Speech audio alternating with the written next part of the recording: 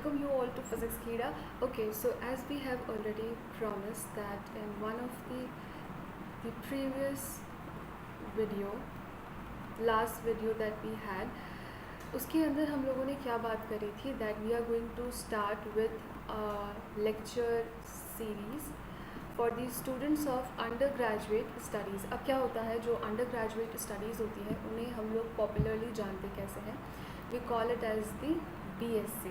ठीक है, अब क्या होता है कि आपका जो ये बैचलर्स ऑफ साइंस है इसके अंदर आपके पास में बहुत सारे सब्जेक्ट कॉम्बिनेशंस होते हैं. ठीक है, कुछ यूनिवर्सिटीज़ होती है जो कि आपको फिज़िक्स, केमिस्ट्री, मैथ, जो सबसे पॉपुलर है PCM, वो ऑफर करती है. कुछ यूनिवर्सिटीज़ होती है जो कि आपको physics, math and computer science offer करती है. कुछ यूनिवर्सिटीज़ में आपको physics, math and computer application मिलेगा, जो कि थोड़ा सा डिफरेंट होता है as compare to computer science. तो इनके अंदर ये जो आपका फ़िज़िक्स का पोर्शन है, तीनों के अंदर मतलब सब्जेक्ट कॉम्बिनेशंस अलग अलग हैं, लेकिन ये जो फ़िज़िक्स का सिलेबस होता है आपका, वो आपके लिए सेम होता है. ठीक है, अब देखो फ़िज़िक्स का जो सिलेबस है आपका वो यहाँ पे सेम है. Sorry for this, if I could just या बेटर. सो हमारे पास में क्या होता है, जो सिलेबस होता है फ़िज़िक्स का वो सेम होता है. अब देखो हमारे पास में अगर मैं बात करती हूँ इंडिया की, तो हमारे कंट्री में बहुत सारी ही यूनिवर्सिटीज़ हैं. तो क्वेश्चन आपके दिमाग में क्या आएगा कि ये जो सिलेबस मैं स्टार्ट करवा रही हूँ ये कौन सी यूनिवर्सिटी के लिए है. Is it for the students of Delhi university, या फिर राजस्थान यूनिवर्सिटी, या फिर कुरुक्षेत्र यूनिवर्सिटी. मतलब बहुत ही सारी यूनिवर्सिटीज़ है, ये किसके लिए है. सो सी यूजुअली होता क्या है कि ये जो यूनिवर्सिटीज़ होती है ना, इन सभी के अंदर अगर आप सिलेबस देखेंगे so you will find that the syllabus is approximately similar. मतलब ये हो सकता है कि 2-4 टॉपिक्स किसी में ज़्यादा कर दिए, किसी में कम कर दिए हैं, उसके अलावा ना कोई डिफरेंस नहीं होता है. ठीक है, ये एक चीज़ है. तो हम यहाँ पे क्या करेंगे कि जो आपकी लेक्चर सीरीज़ आ रही है उसके अंदर क्या होंगे, लेक्चर वाइज टॉपिक्स भी लिखे हुए होंगे. तो आप क्या करोगे, मैंने क्या कर रखा है, ये जो लेक्चर सीरीज़ है ना उसे डिवाइड कर रखा है. I have divided it in units के अंदर डिवाइड कर रखा है. आपके जैसे पेपर्स होते हैं, अगर मैं बात करूँ ना अंडर ग्रेजुएट स्टडीज़ की, अब आप सब्जेक्ट्स नहीं बोलोगे, अब आप बोलोगे कि हाँ I am studying this very paper. तो जो पेपर है आपका, जैसे कि मैकेनिक्स हो चुका है, ठीक है, क्वांटम मैकेनिक्स हो चुका है. नाम सुन के जो पहली बार अगर सुन रहे हैं, डरने की चीज़ नहीं है, दे आर वेरी इंटरेस्टिंग. वैसे ही एटॉमिक एंड मॉलिक्यूलर स्पेक्ट्रोस्कोपी. तो इस तरह से ना बहुत सारे देयर आर काफ़ी सारे पेपर्स होते हैं आप लोगों के लिए. ओके, अब देखो हम क्या करेंगे, we will be picking one paper. इनमें से हमने जैसे कि we will be picking one paper at a time, हमने उसको उठाया और उसे हमने क्या कर रखा है, यूनिट्स के अंदर डिवाइड कर रखा है. अब आप क्या करोगे कि आपकी उस एक इंडिविजुअल यूनिट में कौन से टॉपिक्स हैं आप उन्हें चेक करोगे. ठीक है, पहले ये काम करना. क्या करोगे, लेक्चर सीरीज़ जो होगी उसे यूनिट्स में डिवाइड कर रखा है हमने अलग अलग पेपर्स के लिए. सबसे पहले हम लोग स्टार्ट करने वाले हैं मैकेनिक्स के साथ में. ठीक है, तो उसे मैंने डिवाइड कर रखा है यूनिट्स में. आप उस यूनिट्स में हो रहे टॉपिक्स जो है आप उनको देखोगे. ठीक है, अब आपके पास में जो आपका सिलेबस है, आप उस सिलेबस को क्या करोगे, आप देखोगे कि उसमें जो यूनिट्स है आपकी, उन यूनिट्स के टॉपिक्स कौन कौन से हैं. आप उसे चेक करोगे कि आपके सिलेबस के अंदर अलग अलग यूनिट्स में कौन कौन से टॉपिक्स हैं. फिर आप क्या करोगे कि हो सकता है कि आपके सिलेबस के अंदर कोई एक पर्टिकुलर टॉपिक है वो आ रहा हो यूनिट 1 के अंदर, और मैंने क्या कर रखा है, यहाँ पे उसको डाल रखा है यूनिट 2 के अंदर. तो आपको क्या करना है, आपको बस वहाँ पे जाके उस वीडियो को देख लेना होगा और आपका काम कन्वीनियंट हो जाएगा. So don't get stressed, panic कि आपका टॉपिक कहाँ है, आगे पीछे आ जाएगा. ठीक है, सो ये चीज़ क्लियर हो चुकी होगी कि सिलेबस आपका अप्रॉक्सीमेटली सिमिलर है. तो मैं क्या करूँगी, I will be covering here a general syllabus. मैं किसी एक पर्टिकुलर यूनिवर्सिटी को टारगेट करके नहीं कर सकती हूँ, बिकॉज ऑडियंस इज स्कैटर्ड है. Audience is not from a particular university के हाँ चलो ठीक है टारगेटेड ऑडियंस सही है, इन्हीं के लिए कंटेंट बनाना है. बट ऐसा नहीं है. I have a general audience, I have मेरी स्कैटर्ड ऑडियंस है. तो इसीलिए I will be covering a general syllabus. लेकिन अगर आप किसी एक पर्टिकुलर यूनिवर्सिटी से हैं और उसका टॉपिक अगर मैं कोई मतलब एक like suppose there is some topic जो कि मैंने मिस कर दिया है विच आई हैव मिस्ड, तो आप लोग क्या कर सकते हो, you have your weapon comment box. तो आप सीधा जाना कमेंट बॉक्स के अंदर उसे ड्रॉप कर देना, I will be reading the comments every day, और मैं वहाँ से क्या करूँगी, I will be making the video for that very topic. ठीक है, तो आप लोगों को ड्रिल समझ में आ गई होगी कि हम किस तरीके से हमारा काम स्टार्ट करने वाले, पढ़ाई स्टार्ट करने वाले हैं। एंड ट्रस्ट मी, ये जो सिलेबस है इट्स नॉट दैट डिफ़िकल्ट जितना आप लोगों ने पढ़ा होगा already. Like 11th and 12th are comparatively lengthier I will say. जो अंडर ग्रेजुएट है ये थोड़ा इंटरेस्टिंग ज़्यादा हो जाता है। ओके चलो, अब हम क्या करते हैं, let's just start without wasting much time. जैसे हम लोगों ने बात करी है, we are going to start with our paper of mechanics। ठीक है, मैं इसके साथ में यहाँ पे स्टार्ट करने वाली हूँ मैकेनिक्स के साथ में। अब देखो क्या होता है कि मैकेनिक्स के अंदर जो यूनिट फर्स्ट हम लोग लेकर जाएंगे that is kinematics of moving fluids. ठीक है, ये वाली हम लोग कंसीडर करने वाले हैं। अब देखो, जब काइनेमैटिक्स ऑफ मूविंग फ्लूइड्स की हम लोग बात कर रहे हैं तो आप किसके बारे में बात कर रहे हो पर्टिकुलरली, और टॉकिंग अबाउट फ्लूइड। तो अगर मुझे एक ब्रीफ देना है, मैं ये कहूँगी कि आपने जो आपकी क्लास 11th के अंदर फ्लूइड्स के बारे में ऑलरेडी पढ़ रखा है ना, ये वहाँ से है। तो स्टार्टिंग हम लोग क्या करते हैं, वहीं के बेसिक्स कुछ लेकर चलते हैं। हम बात किसके बारे में करने वाले हैं, फ्लूइड्स के बारे में। पता होना चाहिए ना फ्लूइड्स पर होते क्या है। तो चलो फर्स्ट टॉपिक डालो सब जने, दैट इज़ फ्लूइड। अब देखो, जब हम लोग बात कर रहे हैं फ्लूइड की तो हम ना इसे पॉइंट्स में कंसीडर करते हैं, साथ के साथ में लिखते जाना। ओके देखो, अब क्या होता है, you are talking about fluids. मैं यहाँ पे क्या कहूँगी, दैट लिक्विड्स और गैसेस जो होती हैं इनके पास में कोई डेफिनेट शेप नहीं होती है, they know definite shape they have.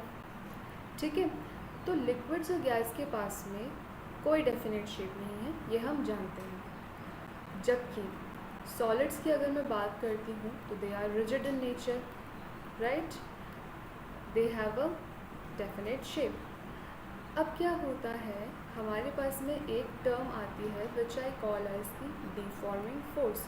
सवाल है कि ये डिफॉर्मिंग फोर्स जो है हमारे पास में वो होता क्या है। ठीक है, तो देखो डिफॉर्मिंग फोर्स क्या होता है कि इसका काम हमारे पास में क्या होता है, ऑब्जेक्ट की शेप चेंज करने का होता है। It tend to change shape of object. कोई भी आपने ले रखा हो, इसका काम होता है कि ऑब्जेक्ट की शेप को चेंज करेगा।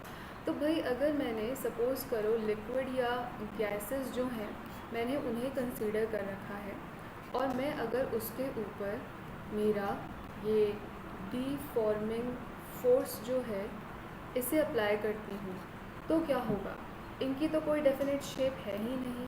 वापस से इस चीज़ को लिख लो, इनकी कोई डेफिनेट शेप तो मेरे पास में है ही नहीं। तो अगर है ही नहीं, आप इस पर फोर्स लगाओगे तो क्या होगा, it will start to flow, ये तो आगे बढ़ेगा। So it will start to flow, और इसीलिए हम क्या कहते हैं, इन्हें फ्लूइड्स नाम देते हैं। Therefore we call them fluids. कहानी समझ में आई। लिक्विड्स और गैसेस जो होती हैं उनके पास में कोई भी डेफिनेट शेप नहीं होती है, जबकि सॉलिड्स रिजिड होते हैं। तो अगर आपने लिक्विड या गैस के ऊपर कोई फोर्स एक्सर्ट करा है, कोई फोर्स लगाया है जो कि उसकी शेप को चेंज करने का काम करता है, तो फिर क्या होगा, उसकी वजह से ये फ्लो करने लग जाएंगे, और इसीलिए हम इन्हें क्या कहते हैं, फ्लूइड्स कहते हैं। ठीक है, चलो तो हम लोगों ने यहाँ पे क्या करा है, फ्लूइड की बात कर ली है। अब हम क्या करते हैं, थोड़ा सा आगे चलते हैं इसी को ही लेकर। ठीक है, चलो नेक्स्ट टॉपिक डालो, that is your fluid pressure. First class है, थोड़ी सी लाइट रखेंगे, ठीक है, स्टार्टिंग में ही रॉकेट साइंस में नहीं पहुँच जाएंगे। ओके चलो, हमारे पास में क्या होता है, फ्लूइड प्रेशर की आप बात कर रहे हो। So can I say that the pressure in fluid, मुझे इसको डिफ़ाइन करना है। तो क्योंकि आप फ्लूइड के प्रेशर की बात कर रहे हो तो डेफिनेटली प्रेशर क्या होता है इन जनरल आपके पास में, its force per unit area, है ना। तो हम यहाँ पे क्या कहेंगे, that the normal force exerted by fluid, आपका फ्लूइड कितना फोर्स लगा रहा है normally, so normal force exerted by fluid per unit area and that is what you mean by a fluid pressure।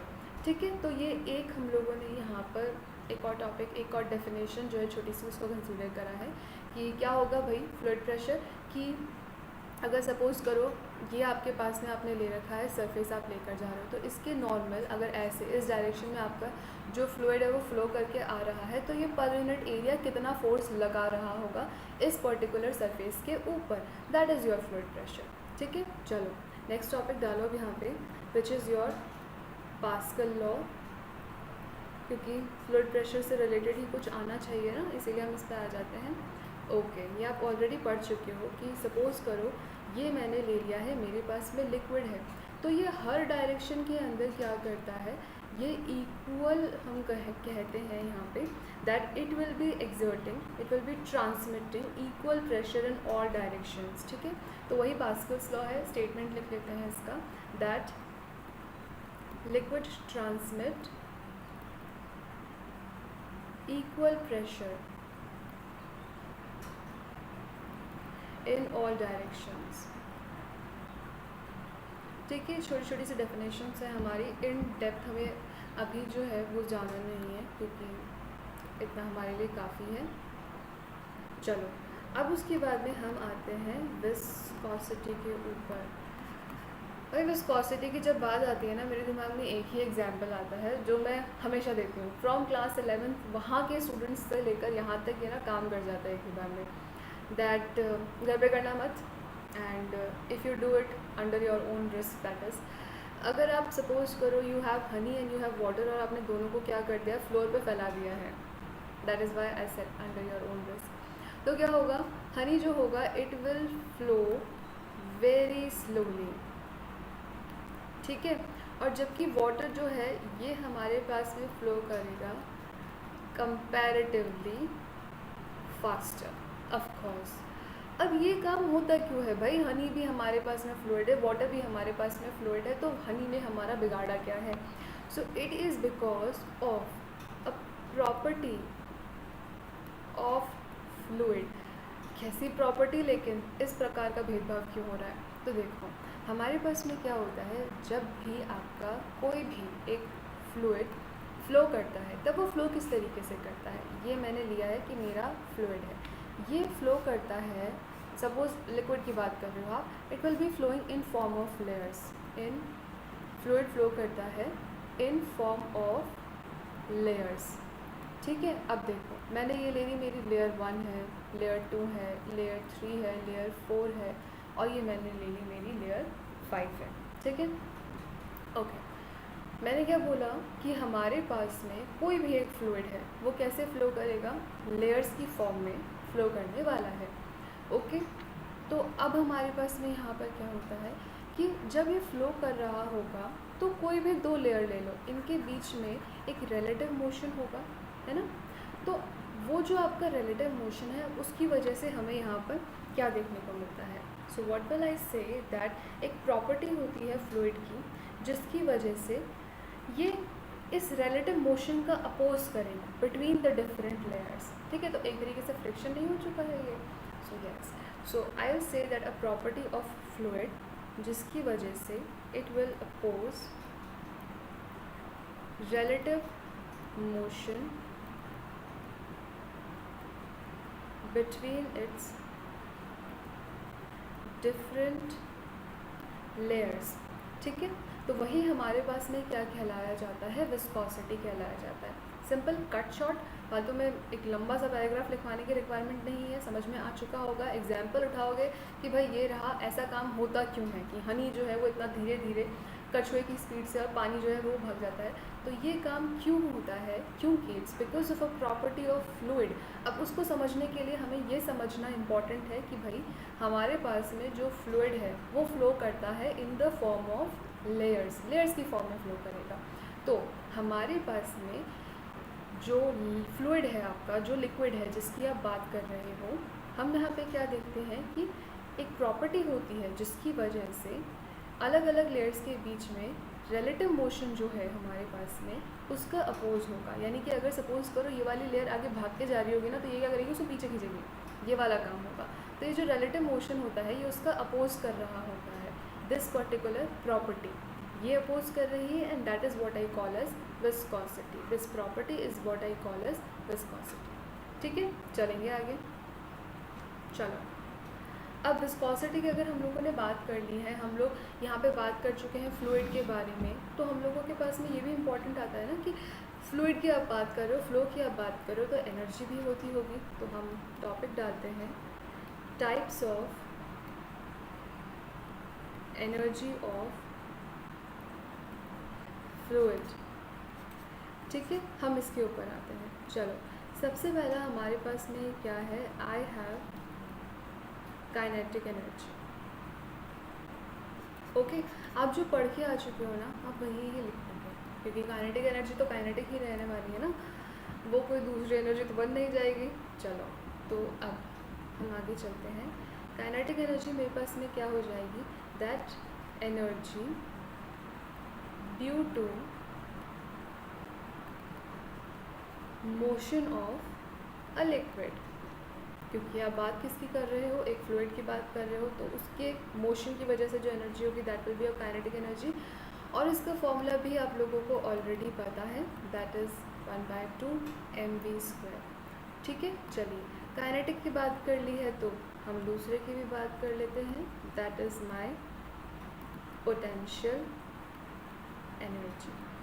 Okay, चलिए, पोटेंशियल एनर्जी मेरे पास में क्या हो जाएगी, हम ऑलरेडी जानते हैं that the energy which is due to the position, या फिर आप कह दें कॉन्फ़िगरेशन, या फिर हाइट। किसकी बात कर रहे हो आप, किसी भी एक फ्लूइड की, लिक्विड की, वो हमारे पास में क्या कहलाई जाएगी, पोटेंशियल एनर्जी। ठीक है, अब पोटेंशियल एनर्जी हम कैसे लिखते हैं, mgh। इस तरह से मैं इसको यहाँ पे लिख सकती हूँ। चलिए, फिर हमारे पास में यहाँ पे आता है next, that is my pressure energy. ये आपके लिए शायद थोड़ी सी नहीं हो सकती है, बट आई थिंक इसका एक ग्लिम्स है 11th क्लास के अंदर में।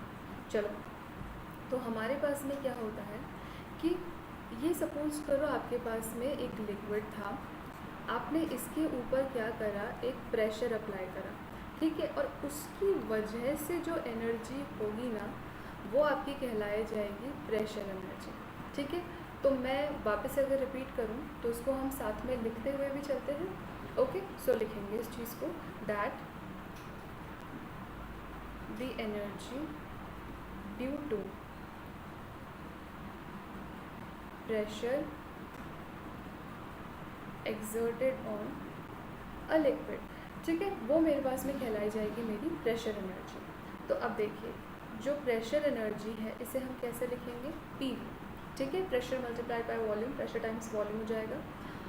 अब हम लोगों ने बात कर रखी है अलग अलग टाइप की जो एनर्जी एक फ्लूइड की हो सकती है, हमने उसके बारे में बात कर ली है।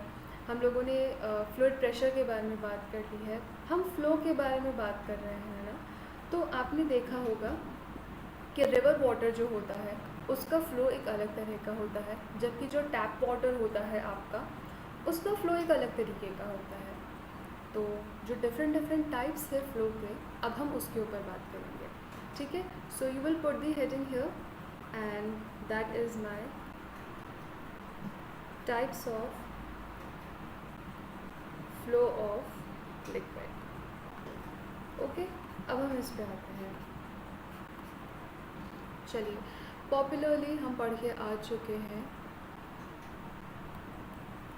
स्ट्रीमलाइन फ्लो एक तो, और दूसरा होता है हमारे पास में टर्बुलेंट फ्लो। हमें इसके लिए टेबल बनानी है, we will not be writing it in form of a paragraph. चलो, वर्क वेल डन। सबसे पहला स्ट्रीमलाइन फ्लो। स्ट्रीमलाइन फ्लो हमारे पास में क्या होता है, it's a regular flow of liquid. अब क्वेश्चन आता है what is a regular flow, कहाँ से आ गई ये वाली चीज़।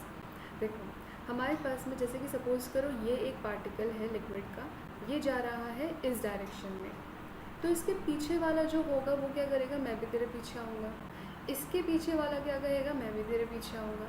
सो यानी कि हर एक पार्टिकल जो है अपने आगे वाले पार्टिकल का, यानी अपने प्रीसीडिंग पार्टिकल का पाथ फॉलो कर रहा है, और इसीलिए हम इसको क्या कहते हैं, रेगुलर फ्लो ऑफ लिक्विड कहते हैं। लिखेंगे इस चीज़ को, चलिए क्या लिखेंगे हम इसको, that all particles follow exactly same path as its preceding particle।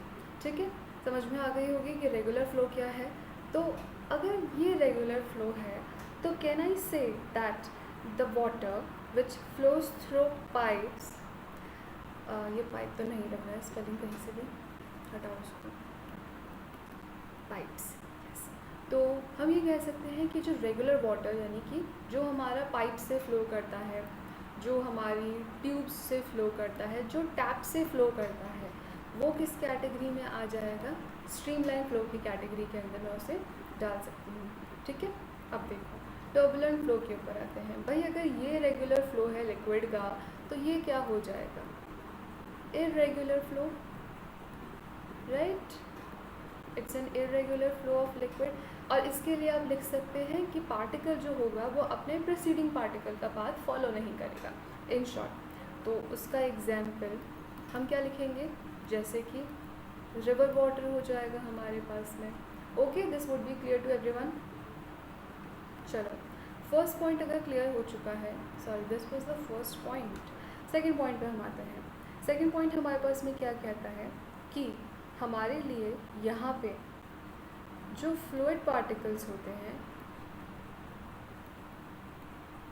ये फ्लूइड पार्टिकल्स हमारे पास में कैसे होते हैं, दे आर सेम, बट जैसे कि वाटर अगर फ्लो कर रहा है तो उसके अंदर जो आपका पार्टिकल है वो तो सेम रहेगा, वो चेंज नहीं हो रहा है, but velocity of these may be different।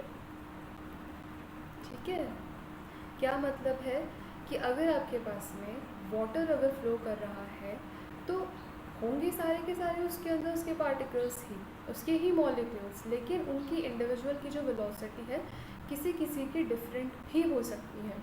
ठीक है, ये वाला काम जो है ये भी पॉसिबल है। तो ये हम लोगों ने यहाँ पे एक चीज़ देखी है।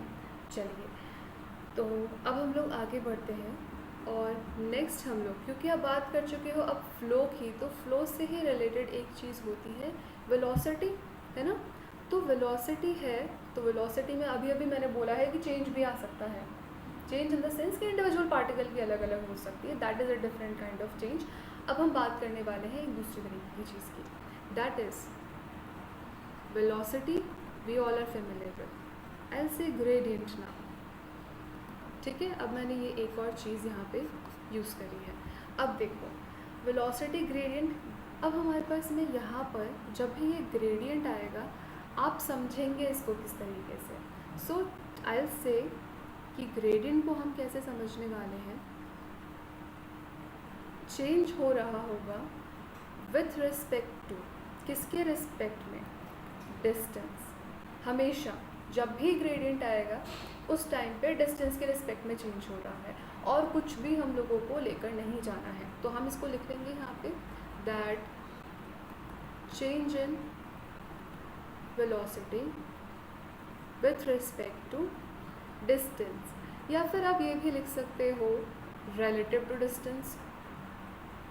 ठीक है, क्या है ना, विथ रिस्पेक्ट टू को लेकर हमें आदत हो चुकी है, जहाँ पे भी लगाना होता है उठा के लगा देते हैं हम लोग, तो ये हो जाएगा वेलोसिटी ग्रेडियंट। ठीक है, अब मैं इसको लिखूँगी किस तरीके से, जैसे मैंने कहा del b x by del x, ये हो जाएगा। तो यानी कि अगर मेरे पास में वेलोसिटी वेक्टर मैंने लिख रखा है V X X cap plus V Y cap plus V Z cap. तो एक्स कॉम्पोनेंट में कितना चेंज आ रहा है एक्स के रिस्पेक्ट में, मैंने कह दिया वाई कॉम्पोनेंट में कितना चेंज आ रहा है वाई के रिस्पेक्ट में, मेरे जेड कॉम्पोनेंट में कितना चेंज आ रहा है जेड के रिस्पेक्ट में। तो this is actually my velocity gradient. ठीक है, चलो अब हम लोगों ने यहाँ पे बात करी है वेलोसिटी ग्रेडियंट के बारे में। अब हम लोग कहाँ पर जाएंगे, हम लोगों ने अभी अभी यहाँ पे बात करी थी ना विस्कस फोर्स के बारे में, राइट। हम लोगों ने बात करी थी किस तरीके से कोई भी, अगर हम लोग अभी अभी ये चीज़ पढ़ के आए हैं दैट अगर मेरे पास में मैंने ले रखा है ये मेरा एक कोई भी फ्लूइड है, वो फ्लो करना चाह रहा है, तो ये फ्लो करेगा लेयर्स की फॉर्म में। ठीक है, इस तरह से दैट इनके रिलेटिव मोशन का क्या होता है, अपोज होता है because of a property of fluid. और मैंने उस चीज़ को नाम दिया था यहाँ पे, that is what I called as viscosity. ठीक है, ये हम लोगों ने यहाँ पे बात करी थी। तो एक तरीके का ये फ्रिक्शनल फोर्स ही है बिकॉज वो उसकी रिलेटिव मोशन का अपोज कर रहा है, राइट। ये चीज़ हमें क्लियर हो चुकी है ना कि फ्लूइड फ्लो कर रहा है लेयर्स की फॉर्म में, लेयर्स के रिलेटिव मोशन का अपोज हो रहा है, यानी कि जो फ्लूइड है वो फ्लो करेगा इन फॉर्म ऑफ लेयर्स, उसके हमारे पास में रिलेटिव मोशन का अपोज होगा। और ये हमारे पास में क्यों होता है, due to property of fluid, और उसे हम लोग यहाँ पे कह देते हैं विस्कोसिटी। इतनी पता थी, और हमें ये पता है कि रिलेटिव मोशन का अपोज होता है जब भी हम उसके लिए फ्रिक्शन बोल देते थे, and this is a type of force. तो यानी कि मैं विस्कस फोर्स की भी बात कर सकती हूँ यहाँ से, है ना। लेकिन ये विस्कस फोर्स डिपेंड किस किस के ऊपर करेगा, दैट इज़ माई क्वेश्चन, है ना। घूम फिर के हम आ तो यहाँ पर रहे कि ये डिपेंड किस पे करता है। आपने कह दिया कि ये होता है, वहाँ से यहाँ आ रहे हो, तो अब हम इस चीज़ के बारे में पढ़ेंगे।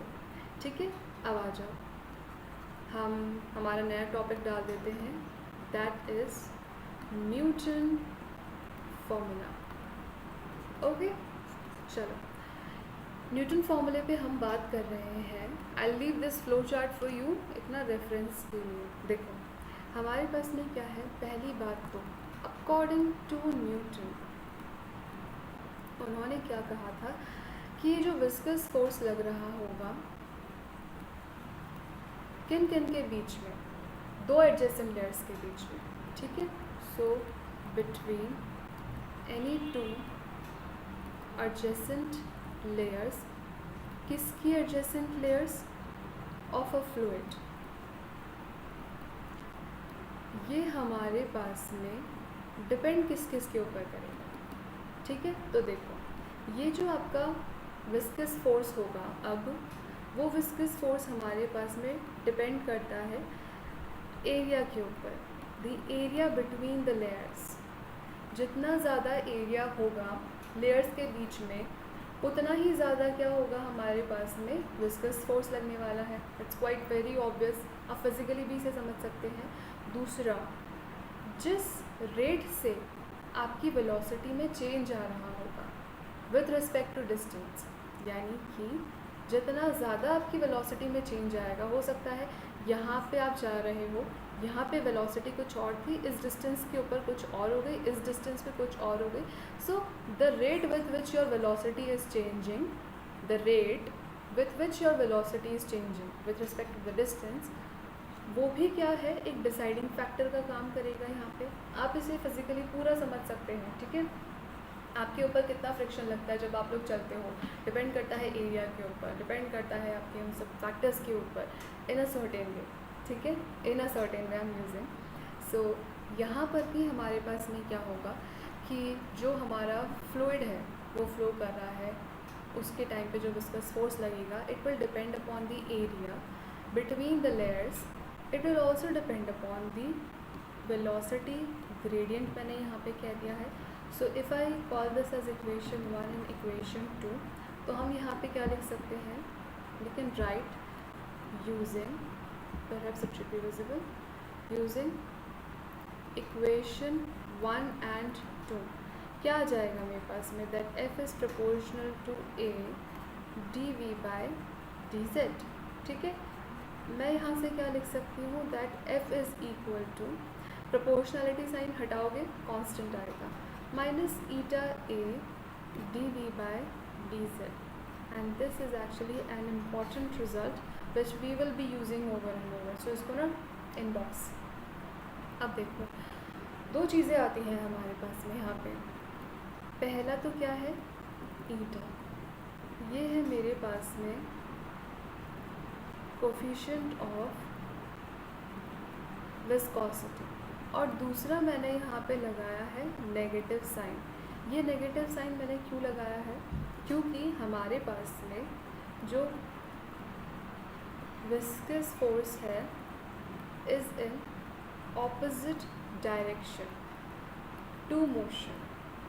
अगर आपका जो फ्लूइड है वो फ्लो करना चाह रहा होगा इधर, तो जो विस्कस फोर्स होगा ना आपका, वो लगेगा इस डायरेक्शन के अंदर।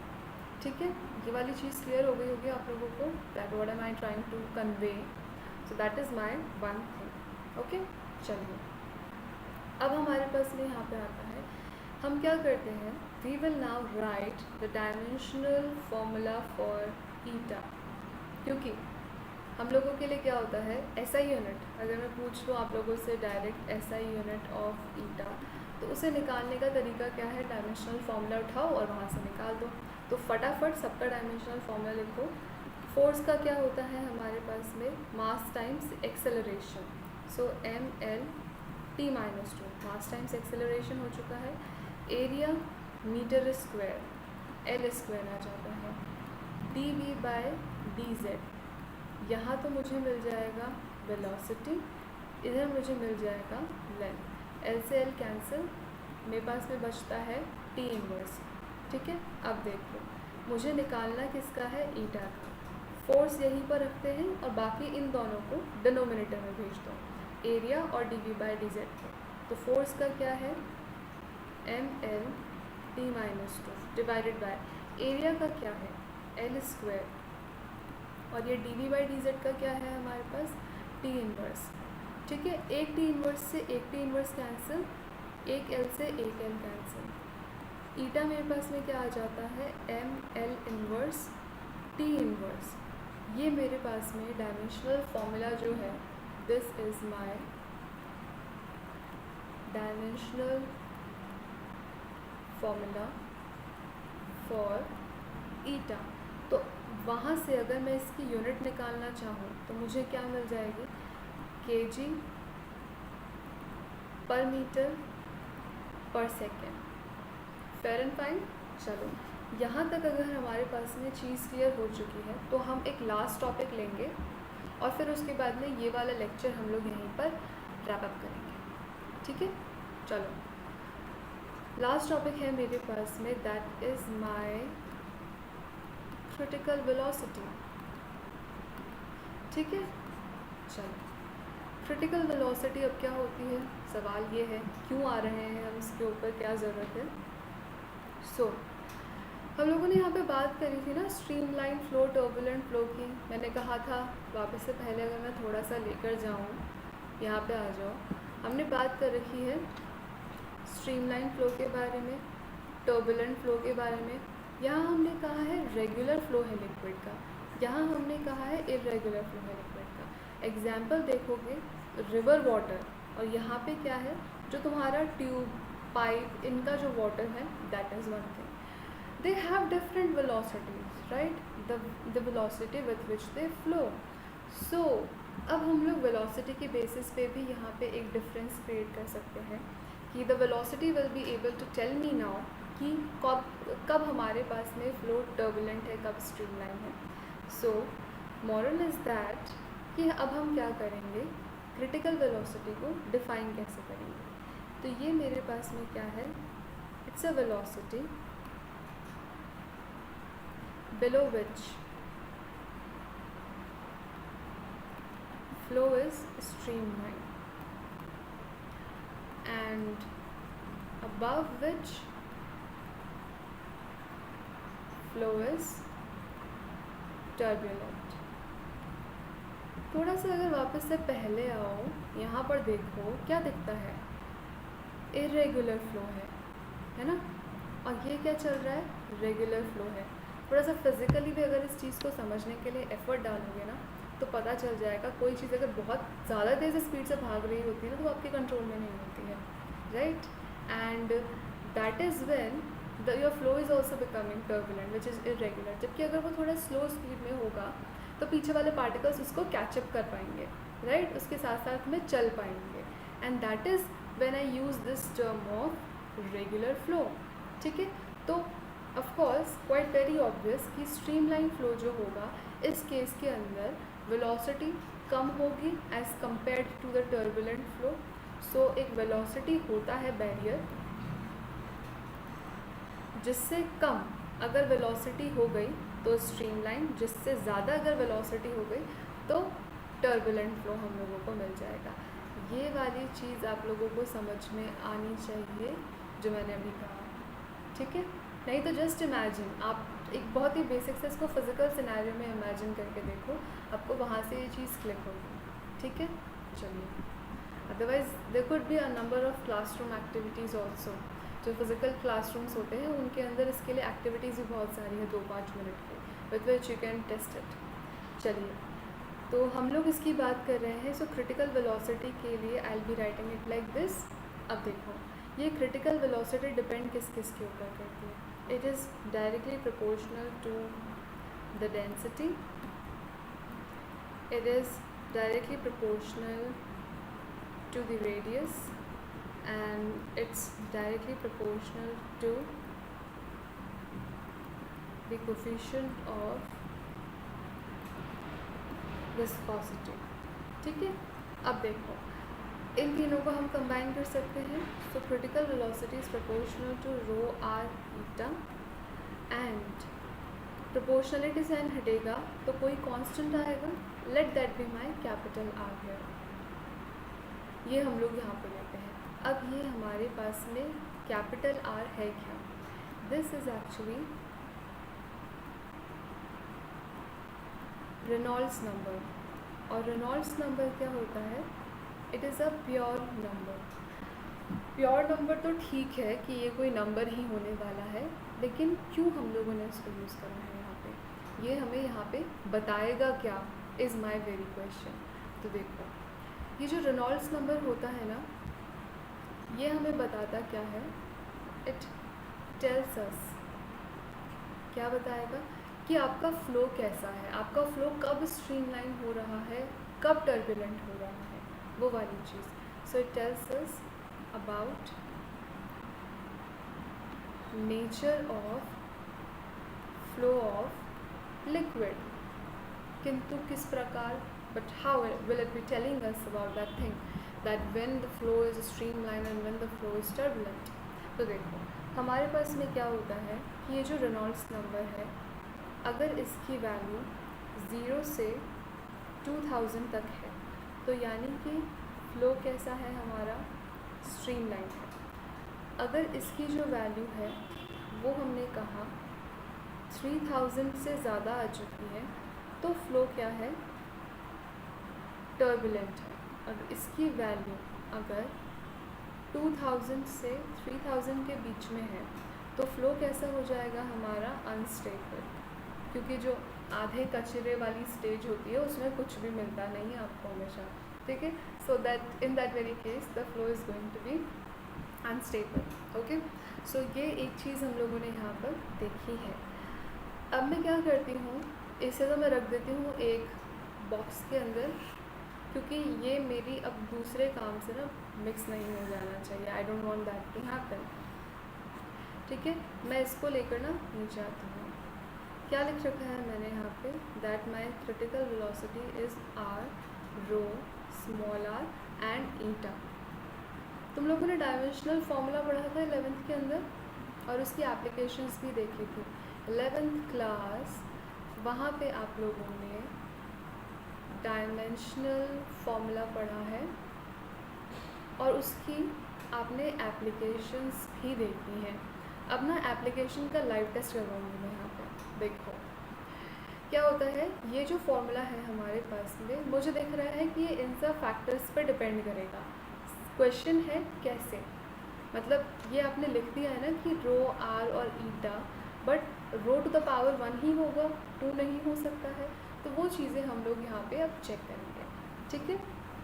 तो देखो उस चीज़ को हम लोग चेक किस तरीके से करेंगे। हमने यहाँ पे लिया है, मुझे पता नहीं है ना कि किन पावर्स से होगा, सो अब हम यहाँ पे लेते हैं that this is actually equal to eta to the power A, rho to the power B and small R to the power C से। ये मैंने कहा। तो अब मेरे पास में इनका डायमेंशनल फॉर्मूला क्या है, एल टी माइनस 1।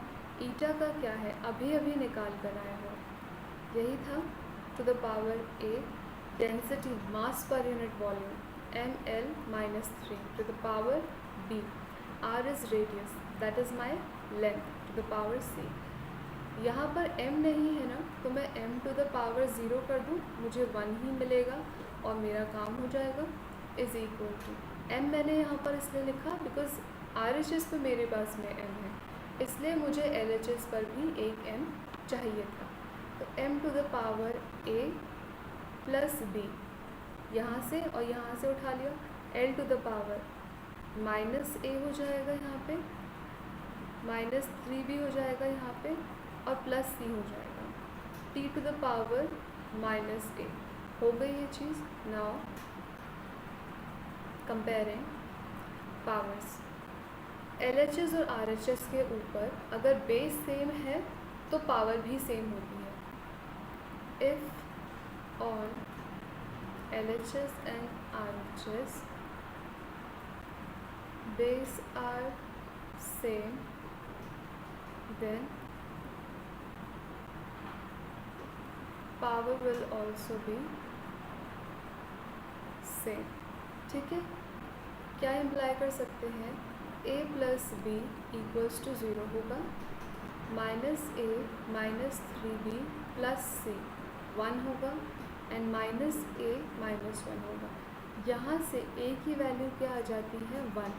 अगर a 1 है, मैं यहाँ पर लेकर आती हूँ a plus b equals to 0 में, so 1 plus b equal to 0। क्या आ जाएगा, b इक्वल माइनस 1। इन दोनों वैल्यूज़ को a और b की जो मिडिल इक्वेशन है उसमें रखो, सो माइनस 1 प्लस 3, माइनस 3 और माइनस 1 प्लस 3 दे देगा, plus c is equal to 1। यहाँ पे प्लस 2 आपको मिलता है, सो 2 प्लस c इज़ 1 और c की वैल्यू क्या आ जाती है, माइनस 1। तो अब क्या करोगे, ए बी सी की वैल्यू, आपकी ये जो इक्वेशन थी, चलो इसे इक्वेशन 1 कह दो, इस पूरे को कह दो इक्वेशन 2, तो सेकंड को फर्स्ट में यूज़ कर सकते हो आप ताकि वैल्यूज़ रख दो। So using equation second and first, क्या मिल जाएगा मुझे उससे, critical velocity is equal to r चल रहा है ना साथ में, फिर है eta to the power a, a इज़ 1, rho to the power b minus 1, फिर क्या है small r to the power c minus 1। ये चीज़ आती है, क्या मिल जाएगा यहाँ से, that b c is equal to R eta divided by rho r. तो ये डिपेंड तो कर रहा था density, radius, coefficient of viscosity पे, किस तरह से डिपेंड कर रहा था वो हम लोगों ने यहाँ पर निकाला है, ठीक है। चलो ये तो हम लोगों ने इस चीज़ को समझा है, मगर हमें क्वेश्चंस भी करने आने चाहिए। So I will give you 2 very straightforward questions and what you people have to do is, questions मैं दे रही हूँ, आंसर्स आप लोग देंगे कमेंट बॉक्स के अंदर, ठीक है। चलो सबसे पहले हम लोग यहाँ पे आ जाते हैं क्वेश्चन नंबर 1 के ऊपर। Find the maximum velocity of water in a tube of radius 0.6 millimeter so that the flow is a streamline. Given